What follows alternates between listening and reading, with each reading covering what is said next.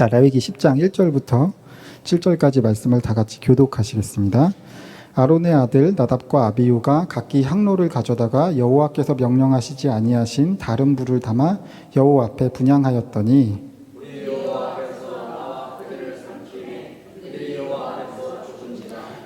모세가 아론에게 이르되 이는 여호와의 말씀이라 이르시기를 나는 나를 가까이 하는 자 중에서 내 거룩함을 나타내겠고 온 백성 앞에서 내 영광을 나타내리라 하셨느니라. 아론이 잠잠하니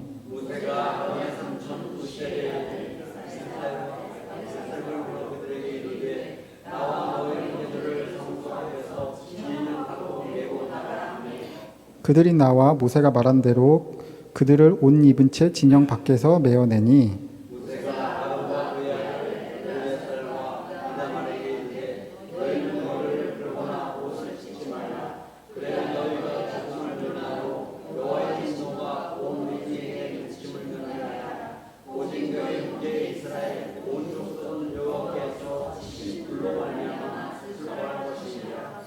다 같이 여호와의 관유가 너희에게 있은즉 너희는 회막문에 나가지 말라. 그리하면 죽음을 면하니라. 그들이 모세의 말대로 하니라. 아멘. 네, 오늘 예배에 오신 여러분들 주님의 이름으로 환영하고 또 축복합니다. 출애굽 이후로 모세가 지도자로서의 모든 일을 다 감당합니다. 이스라엘 민족들과 원래 이스라엘 민족들을 포함해서 잡족들까지 다 끌고 나왔다고 성경에 나와요. 그러니까 그냥 끌고 나온 거죠, 일단 다. 그러니까 체계라는 게 있을 수가 없어요.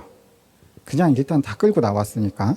그러다가 이 장인인 이드로가 와가지고 그렇게 하지 말고 일을 좀 나눠라, 이렇게 충고를 합니다. 그러니까 원래 지도자라는 사람은 일을 하는 사람이 아니고 일을 시키는 사람이죠. 그게 지도자인 거죠. 그러니까 그 높은 지위에 있는 사람들이 맨날 노는 것 같은 거죠. 일을 하는 사람이 아니고 일을 시키고 그리고 일을 결정하고 그 일에 책임지는 사람이 지도자죠. 실무를 막 뛰는 사람이 지도자가 아니고.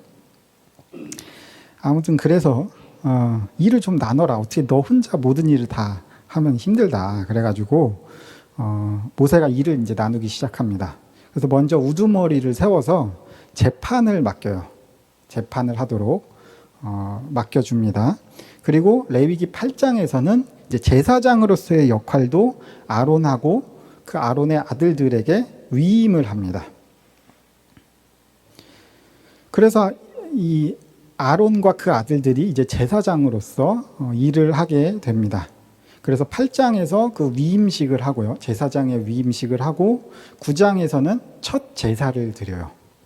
그래서 그 첫 제사가 어떤 결과가 나오느냐? 9장 24절을 한번 찾아보실까요? 레위기 9장 24절입니다. 레위기 9장 24절을 같이 한번 읽어보겠습니다. 시작. 불이 여호와 앞에서 나와 제단 위에 번제물과 기름을 사른지라 온 백성이 이를 보고 소리 지르며 엎드렸더라. 아멘. 예, 출애굽하고 나서 이제 첫 위임을 하고 첫 제사를 드린 거예요. 아론의 주제로. 그 결과가 뭐예요? 예, 맞아요. 불이 떨어집니다. 불이 떨어져요. 예배를 드리면 무슨 일이 일어나는 거예요? 불이 떨어집니다. 예, 하늘에서 불이 떨어지는 게 예배의 결과예요. 그래서 이 하늘에서 불이 떨어지면 어떻게 되느냐? 이 우리의 모든 문제가 이제 다 해결되는 거예요. 예, 그래서 우리가 불이 떨어져야 돼요. 예배를 잘 드리면 하늘에서 불이 떨어지고 그러면 우리의 이 세상적인 문제들도 다 해결이 되는 거죠. 우리의 삶의 그 근심과 걱정들이 다 사라지고 기쁨과 행복으로 가득 차게 됩니다. 여러분들이 그래서 불이 떨어지는 예배를 드려야 됩니다. 예, 그런 예배 드리시기를 바랍니다.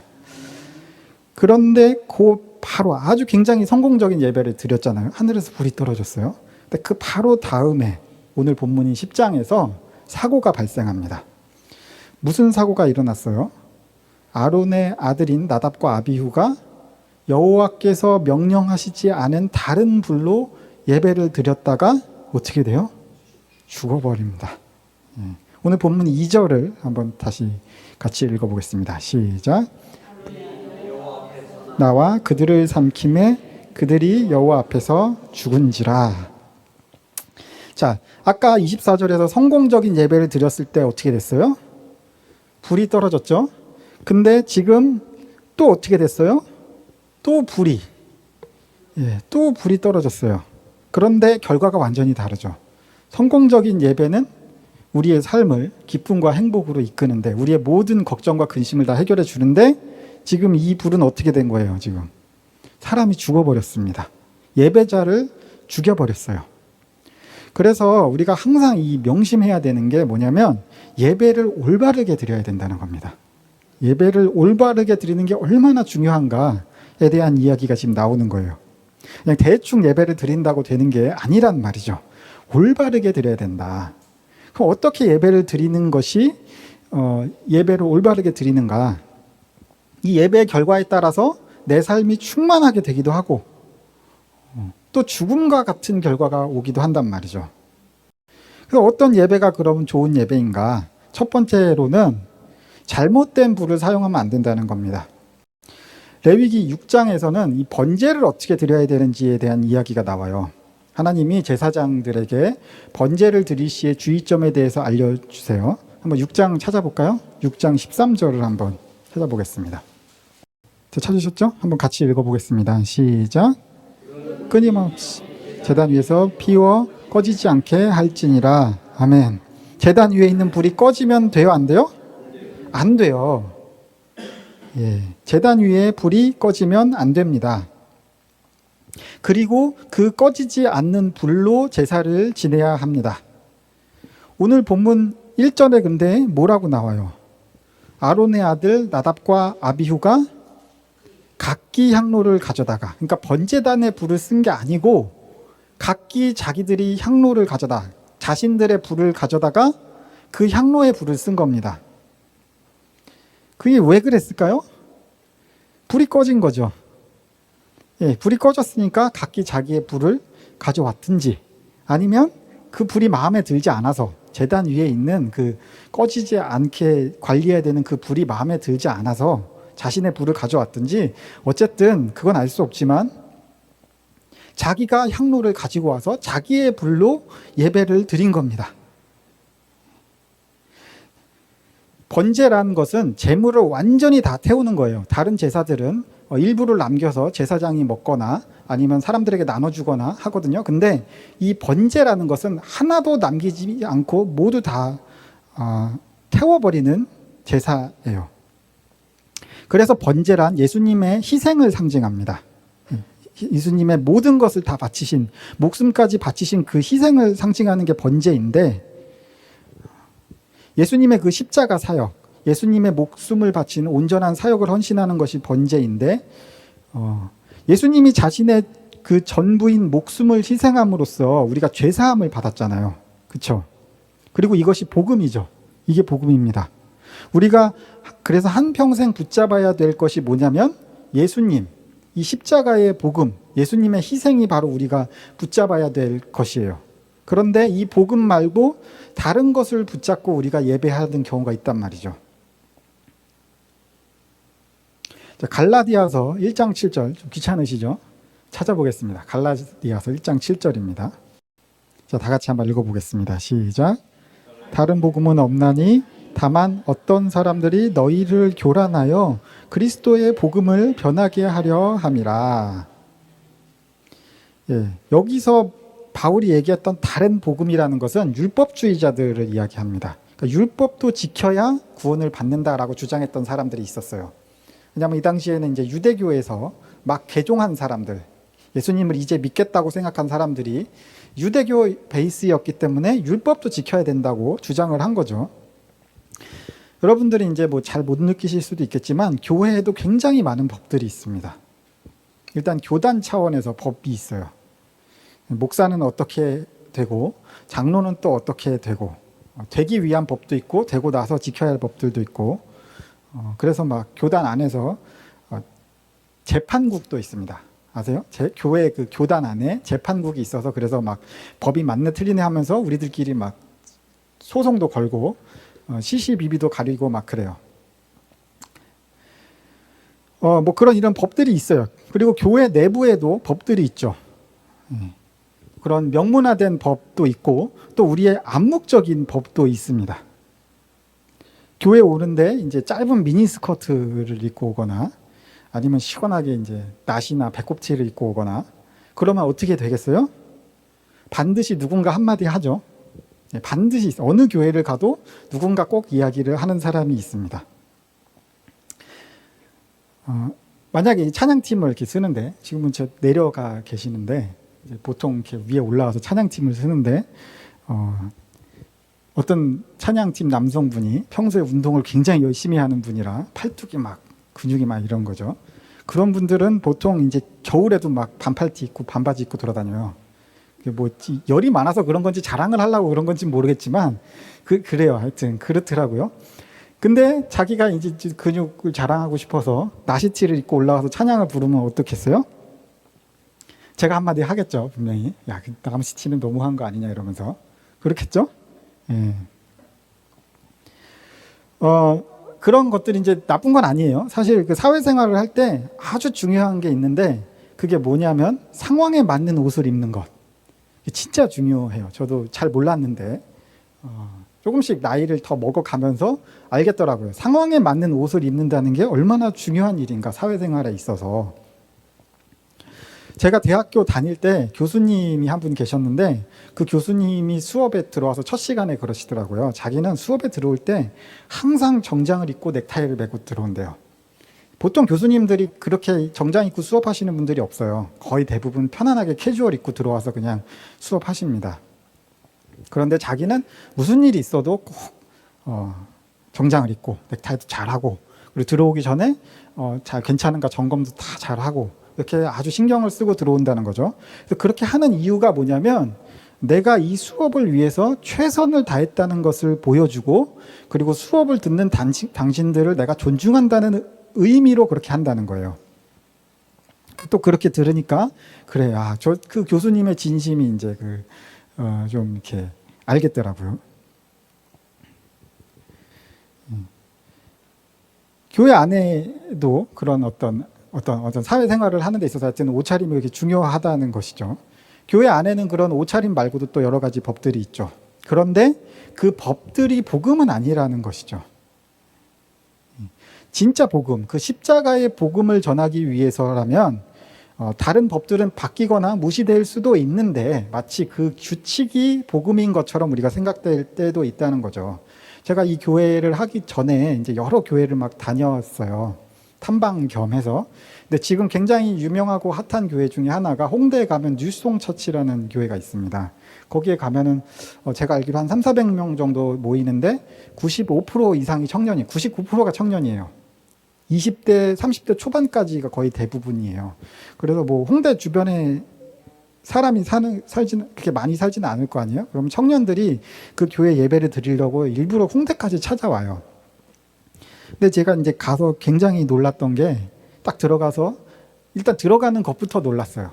아주 어두침침한 이 그 지하실, 간판도 없어요, 교회에. 간판도 없고 그냥 밖에 이렇게 안내자만 이렇게 서 있어서 겨우 알아보겠더라고요. 들어갔더니 이쪽으로 가세요. 그래서 갔더니 굉장히 어두침침한 그 지하실로 이렇게 들어가라는 거예요. 거기가 알고 봤더니 예전에 이제 공연장, 홍대 공연장으로 쓰이던 지하실인 거죠. 거기서 이제 예배를 드리는데 들어가니까 완전히 어두워요. 어둡고 조명 이렇게 켜놓고 그냥 진짜 그 홍대에 그 예전에 그 무슨 그런 밴드들 공연하는 인디 밴드들 공연하는 그런 데예요, 진짜로. 아직도 그런 형태를 유지하고 있고 거기서 예배를 드리는데 앞에선 찬양팀들의 복장이 그냥 저 밖에서 홍대에 밤 12시면 되면 돌아다닐 것 같은 그런 복장으로 앞에 다 서 있는 거예요. 그렇다고 노출이 많은 옷을 입진 않았어요. 노출은 없지만 그냥 누가 봐도 쟤는 어디서 노래 좀 부르겠구나 싶은 그렇게 생긴 외모에 뭐 귀걸이에 뭐 피어싱에 뭐 옷차림 뭐 이런 거 뭐 문신도 있는 친구도 있고 막 그래서 이렇게 다 서서 찬양을 하는데 거기에 이제 그렇게 청년들이 300~400명이 굳이 주일에 찾아가는 거죠. 그 예배를 드리겠다고. 그러니까 뭐 보수적인 사람이 보기에는 야 이런 게 무슨 예배냐라고 싶을 수도 있지만 청년들에게 복음을 전하기 위한 방편인 거죠, 그게. 우리가 이 공동체 생활을 위한 여러 가지 법과 규칙들도 중요하지만 진짜 중요한 것은 무엇이다? 예수님의 십자가 사역과 죽으심과 부활하심, 그리고 제사함을 위한 예수님의 희생, 이 복음이 중요하다는 것입니다. 예배가 어떻게 드려져야 하는가? 하나님이 명령하신 대로 일단 드려져야 돼요. 레위기에서도 굉장히 여러 번 강조되거든요. 여호와께서 명령하신 대로, 이 계속 반복돼요. 레위기에 반복되는 말이에요. 하나님이 말씀하신 대로 그렇게 예배가 드려져야 되는데, 그 예배, 우리의 삶 역시 예배란 말이죠. 우리의 삶도 마찬가지로 하나님이 말씀하신 대로, 우리의 신앙도 마찬가지로, 우리의 신앙생활도 마찬가지로 하나님이 말씀하신 대로, 여기서 벗어나면 안 된다는 겁니다. 신앙생활을 하면서 우리가 굉장히 신비적인 체험들도 많이 하게 됩니다. 막 예언을 하기도 하고 꿈을 꾸기도 하고, 또 어떤 분들은 귀신을 보는 은사를 가진 분들도 있어요. 귀신 보는 은사를 가진 분들은 그 은사가 오래 가지 않는데요. 보통 뭐 한 달, 뭐 길어봤자 1년. 왜냐하면 그 귀신을 계속 보면 사람이 정신적으로 버틸 수가 없기 때문에 그게 이렇게 오래 가지 않게 해주신다고 하더라고요. 그러다가 또 한참 안 보다가 또 보게 해주시고, 그런 은사나 신비적인 체험들이 분명히 있거든요. 어떤 사람들은 막 천국과 지옥을 왔다 갔다 했다고 간증하시는 분들도 있죠. 뭐 개인적인 그런 신앙의 경험이나 신비주의적인 체험들이 분명히 신앙에는 존재를 합니다. 그런 것들이 없다라고 얘기하면 안 돼요. 분명히 그런 것들이 있거든요. 그런데 그러한 신비적인 체험이나 은사, 이런 것들 역시 복음과 하나님의 말씀 안에 있어야 한다는 겁니다. 하나님의 말씀의 범위 안에 있어야 한다는 것이죠. 바울 때에도 이 고린도 교회에서 굉장히 많은 신비적인 은사와 체험들이 있었거든요. 그리고 그 소식을 들은 바울이 뭐라고 했냐면, 제가 읽어보겠습니다. 이 일로 나와 아볼로를 들어서 본을 보였으니 이는 너희로 하여금 말씀 밖으로 넘어가지 말라 한 것을 우리에게 배워. 그러니까 너희가 그런 신비적인 체험을 한다는 얘기를 내가 들었다. 그런데 우리가 너희에게 가르쳐 준 것이 하나 있으니 그게 뭐냐? 기록된 말씀 밖으로 넘어가지 말아라. 그것이 무엇이 되었든지 간에 우리의 신앙이라는 것, 우리의 그 삶이라는 것은 다 하나님의 그 기록된 범위 안에 있어야 한다는 것입니다. 그리고 그 이야기를 반대로 해보면 무슨 얘기예요? 기록되지 않은 것, 그거 가지고 너무 그렇게 우리끼리 법을 만들어서 싸울 필요는 없다는 거죠. 그래서 우리가 그 하나님의 말씀에 맞는 예배가 바로 우리가 바른 예배가 되고 우리의 삶이자 예배가 된다는 것입니다. 9장 24절에서 아까 읽어본 대로 성공적인 제사를 드린 후에 하늘에서 불이 떨어졌습니다. 하나님이 제사를 받으셨고 응답이 일어났고 축복이 일어났어요. 그런데 오늘 본문에서도 마찬가지로 불이 떨어졌는데 그 불이 어떻게 됐습니까? 사람을 죽였어요. 제사장을 죽였습니다. 불은 성령님을 상징하죠. 그리고 응답과 축복을 상징하기도 합니다. 그래서 우리가 성령 받았다, 불 받았다 그런 표현을 하잖아요. 그런데 반대로 불은 심판을 상징하기도 해요. 지옥불에 떨어진다 그러잖아요. 심판과 재앙의 불이 아니라 응답과 축복의 불을 받으려면 어떻게 해야 된다? 하나님이 명령하신 대로, 하나님이 꺼지지 말라고 하신, 하나님이 주셨던 그 불, 그것으로 예배하고 하나님을 섬기고 삶을 살아야 한다는 것입니다. 이게 첫 번째 예배, 하나님의 말씀대로 예배를 드려야 된다. 두 번째 올바른 예배는 무엇인가 하면 포도주나 독주를 마시지 말라는 것입니다. 자, 10장 9절을 한번 같이 읽어볼게요. 10장 9절입니다. 레위기 10장 9절 시작. 너와 내 자손들이 회막에 들어갈 때에는 포도주나 독주를 마시지 말라. 그리하여 너희 죽음을 면하라. 이는 너희 대대로 지킬 영영한 규례라. 아멘. 절대로 회막에 예배드리러 들어갈 때는 어떻게 하래요? 포도주나 독주를 마시지 말아라. 원래 그 중동 지방에서는 그 물이 다 석회 성분이 있어요. 그래서 그냥 물을 못 마셔요. 그렇기 때문에 그 포도주를 만들어 마시는 거거든요. 그래서 굉장히 그 평소에 먹는 포도주가 농도가 굉장히 약해요. 그러니까 물을 많이 탑니다. 왜냐하면 물 대신 마셔야 되니까. 그래서 그걸 이제 일상적으로 마시는 거죠. 그리고 고대의 종교들, 특히 메소포타미아 지역, 중동 지역, 이러한 지방, 또 그리스, 이런 지방들은, 종교들은 제사를 지낼 때 어떻게 지내냐면 술에 취한 상태로 제사를 드렸습니다. 반드시.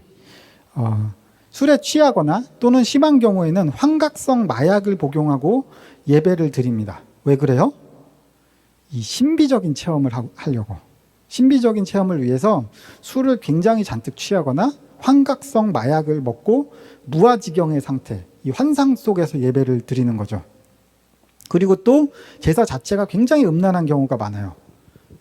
단체적으로 막 성관계를 하거나. 그래서 그 신전에 있는 그 제사장이나 신녀, 무녀 이런 사람들은 사실상 창기예요. 창남, 창부입니다. 그때는 제사들이 거의 대부분이 그랬어요. 굉장히 음란하게 제사를 드리고 술을 먹고 취하거나 약을 먹어서 환각 속에서. 그런데 하나님은 어떻게 하셨냐, 말씀하셨냐? 절대로 술을 마시지 말아라. 예배를 드릴 때에는 절대로 너희가 술을 마셔서는 안 된다. 이렇게 말씀을 하신 것이죠. 에베소서 5장 18절에도 이렇게 나옵니다. 술 취하지 말라. 이는 방탕한 것이니 오직 성령으로 충만함을 받으라. 얼마 전에도 이후배 목사님 말씀하신 것처럼 술 취한 것과 성령 받은 것은 현상이 유사하게 나타납니다. 비슷해요. 술로 취하지 말고 성령으로 취하라는 겁니다. 이 말은 무슨 얘기냐면 하나님의 말씀은 이성적으로 받아야 된다는 겁니다. 이성적으로. 그러니까 이거는 너희가 살면서 술을 먹으면 안 돼 라고 하는 것과는 조금 그러니까 다른 이야기예요. 술을 먹지 말라라는 이 말씀은 너희가 예배를 드릴 때 그 당시에 그 문화를 따라서 그런 환각에 취하고 이성이 없는 상태로 예배를 드리는 게 아니라 너희가 하나님 앞에서 예배를 드릴 때는 이성을 또렷이 가지고 아까 첫 번째 그 조건이 그거였죠. 하나님의 말씀대로 예배를 드려야 된다. 하나님의 말씀대로 예배를 드리려면 이성이 또렷해야죠. 신비적으로는 그런 걸 추구할 게 아니라 적어도 예배를 드릴 때에는 또렷한 이성으로 하나님의 말씀대로 예배를 드리라는 겁니다.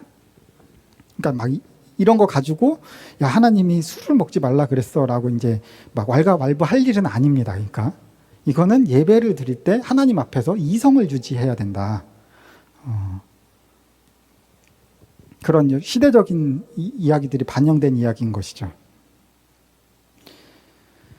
하나님의 말씀은 이성적으로 다가옵니다. 그리고 우리가 신앙생활을 하는 동안 아까 제가 얘기한 대로 신비한 체험을 분명히 하기도 합니다. 그러나 하나님의 말씀만큼은 이성적으로 다가오는 것이죠.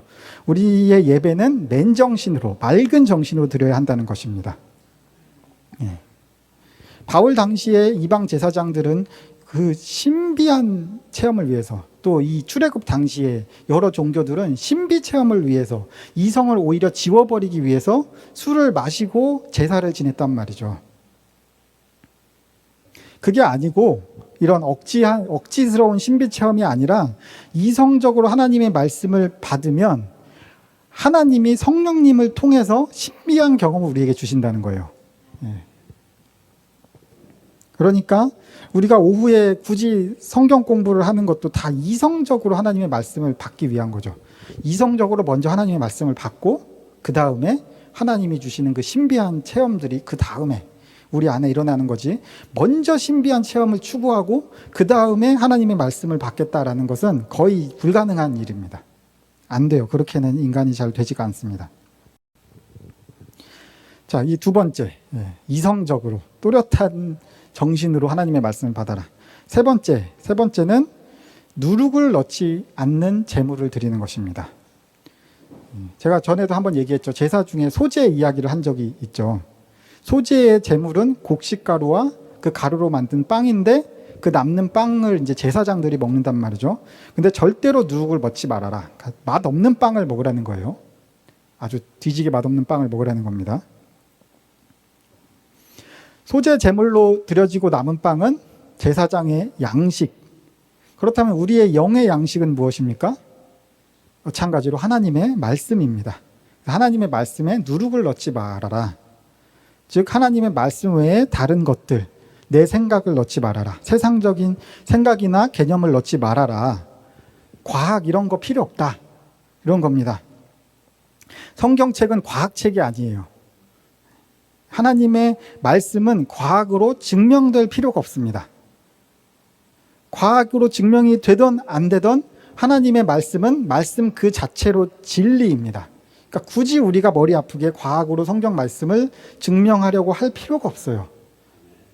과학이라는 것은 과학책 맨 처음에 교과서를 필 때 맨 처음에 나오는 내용이 뭐냐면 과학은 언제나 새로운 사실이 발견되면 바뀔 수 있다라는 내용이 과학의 가장 첫 명제예요. 과학은 언제든지 변화한다. 새로운 내용이 밝혀질 때마다 변화한다. 진리란 절대 변하지 않는 거잖아요. 하나님의 말씀은 절대 변하지 않는 진리이기 때문에 오히려 과학하고 맞지 않아야 돼요. 그러니까 굳이 막 하나님의 말씀을 과학으로 증명하려는 사람이 있다면 그다지 가까이 할 필요가 없습니다. 우리는 오히려 그런 사람을 가까이 하다 보면 이 본질을 우리가 놓치게 되는 경우가 많아요. 괜히 뭐 노아의 방주 찾으러 간다고 시내산 어딨냐 찾으러 간다고 뭐 터키에 있는 아라랏 산을 올라간다느니 뭐 그런 분들하고는 별로 그렇게 가까이 지내지 않으시는 게 오히려 신앙에 더 득이 됩니다.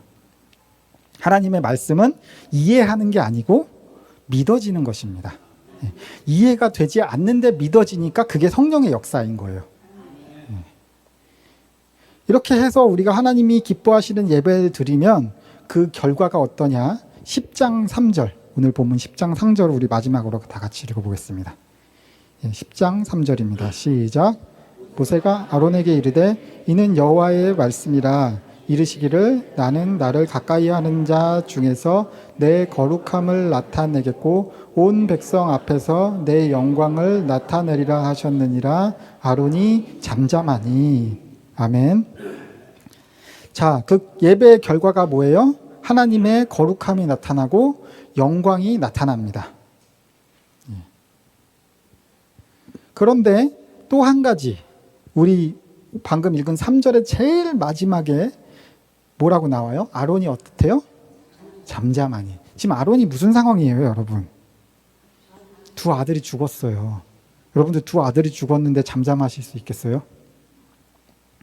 제가 얼마 전에 자전거를 고치러 갔더니 자전거 그 주인 사장님이 자기 그 동창에 여자 동창이 있는데 그 여자 동창 아들과 며느리 집에 불이 나가지고 세 식구가 죽었대요. 그래가지고 거의 뭐 이제 정신이 나간 거죠. 부모가 어떻겠어요. 손자까지 다 죽은 거예요. 셋이. 자식이 아프기만 해도 굉장히 속상하고 힘들잖아요. 그런데 아론은 지금 두 아들이 죽었습니다. 그런데 하나님은 뭐라고 말씀하세요? 내 거룩함을 드러내고 내 영광을 드러내겠다. 이렇게 말씀하잖아요, 지금. 이 무슨 아론 입장에서 보면 이게 무슨 내 아들은 죽었는데 하나님은 자기의 거룩함과 영광을 드러내겠다니. 이게 무슨 일이에요, 이게 지금. 이 슬프고 안타까운 상황에서 그런데 아론이 어떻게 했대요? 잠잠하니. 예. 우리가 하나님의 영광과 거룩함을 드러내기 위해서 우리의 인생과 고난 앞에서 잠잠할 수 있어야 합니다. 하나님을 믿고 바라보면서 이 고난 가운데 잠잠해야 돼요. 그러면 어떻게 하시는가? 하나님이 자신을 그 가까이 하는 사람들을 통해서 본인의 거룩함과 영광을 드러내겠다라고 하신 거예요. 우리가 올바른 예배를 드리고 고난 중에 하나님 앞에 잠잠하면요, 그러면 우리의 삶이 거룩하게 되는 거예요. 하나님의 영광을 드러내는 삶이 되게 되는 거죠. 우리의 삶이 거룩하게 되면 어떻게 되겠어요? 하나님의 삶이 내 삶을 통해서 영광이 드러난다는 게 무슨 이야기예요? 내 인생이 영광스러운 인상이 된다는 이야기입니다. 그러면 어떻게 되는 거예요? 사람들이 우리의 인생을 이제 우러러보는 거죠. 하나님의 영광이 나타나서 세상 사람들이 우리를 보면서 나도 저렇게 되고 싶다. 이러한 생각을 가지게 되는 거죠. 우리를 부러워하고 닮기를 원합니다. 그런데 우리는 누구를 닮아 있어요? 우리는 하나님을 닮아 있는 거죠. 올바른 예배를 우리가 드릴 때 그렇게 된다는 겁니다. 올바른 예배를 드리시기 바랍니다. 지금 이 자리에서 올바른 예배를 드리시길 바라고 또 삶을 통해서도 올바른 예배를 드리시기 바랍니다. 그래서 여러분들의 삶을 통해서 하나님의 영광이 드러내는 그런 삶이 되시길 바랍니다. 사람들이 보기만 해도 나도 저렇게 되고 싶다. 어떻게 저 사람은 저렇게 빛이 날까 인생에서. 그러한 삶이 되시는 여러분들 되시기를 주님의 이름으로 기원합니다.